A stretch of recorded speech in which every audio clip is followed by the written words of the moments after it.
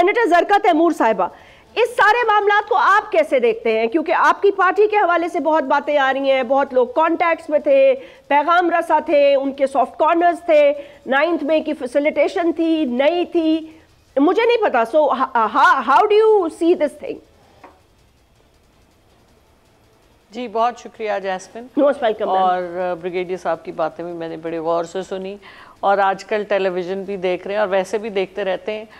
बड़े इसमें 3-4 पॉइंट्स हैं जो मैं आपके गोश गुजार करना चाहूँगी। देखिए जी, पाकिस्तान की मुहाफ़िज़ पाकिस्तान की आर्मी है और मेरा ख्याल है कोई पाकिस्तान का ऐसा घर नहीं है जहाँ पर इस बात का शिद्दत से एहसास नहीं है कि हमारे नौजवान, हमारे सिपाही, हमारे गाजी, हमारे शहीद रोज़ाना की बेसिस पे अपनी जानों का नजराना पेश करते हैं मुल्क के लिए जी।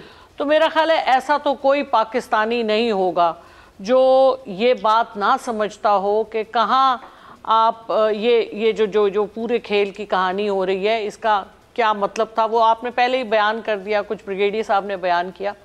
लेकिन जहाँ जनरल फैज़ साहब के हवाले से कुछ बातें वो मैं 3-4 करना चाहूँगी जी। पहली बात तो ये कि ख्वाजा आसिफ हमारे डिफेंस मिनिस्टर हैं, उनके हवाले से मैं कहना चाहूँगी, हामिद मीर साहब हैं, वो बड़े क्रेडिबल जर्नलिस्ट हैं, उन्होंने ही बल्कि इसकी ब्रेकिंग भी और सारा कुछ।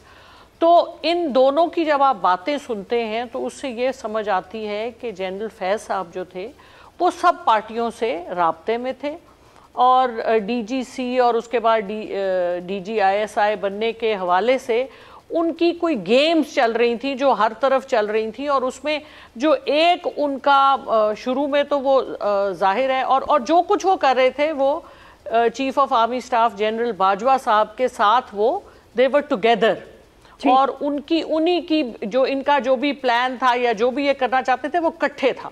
ये मुझे जो बातें समझ आई हैं वो मैं आपके गोश गुजार कर रही हूँ ठीक। और तीसरी बात ये कि वो जो कुछ कर रहे थे उसमें जो उनका अपना नजरिया था वो ये था कि वो बनना चाहते थे चीफ ऑफ आर्मी स्टाफ, बिल्कुल।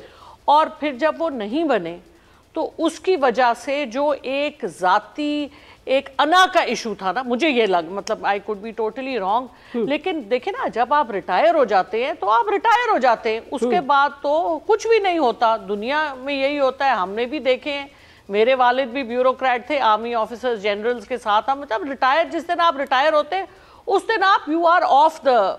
लेकिन ये क्या अजीब बात है कि वो रिटायर हुए और उसके बाद उन्होंने ये सब कुछ जारी रखा। पहली बात तो ये कि उनको जारी क्यों रखने दिया गया, चले वो सब बातें छोड़ देते, मगर उससे समझ यही आती है कि वो अपना जाती, तो ये जो आई थिंक हमारे लिए जो लेसन लेने वाला है वो ये है कि इंस्टीट्यूशंस हमारे बहुत मेहनत से, बड़ी कुर्बानियों से बने हैं। पाकिस्तान बड़ी कुर्बानियों से बना है। ये बहुत अच्छा स्टेप लिया है हमारे current chief of army staff ने कि उन्होंने ये काम कर दिया, क्योंकि ये मेरा ख्याल है बहुत अरसे से ये फेस्टर कर रहा था।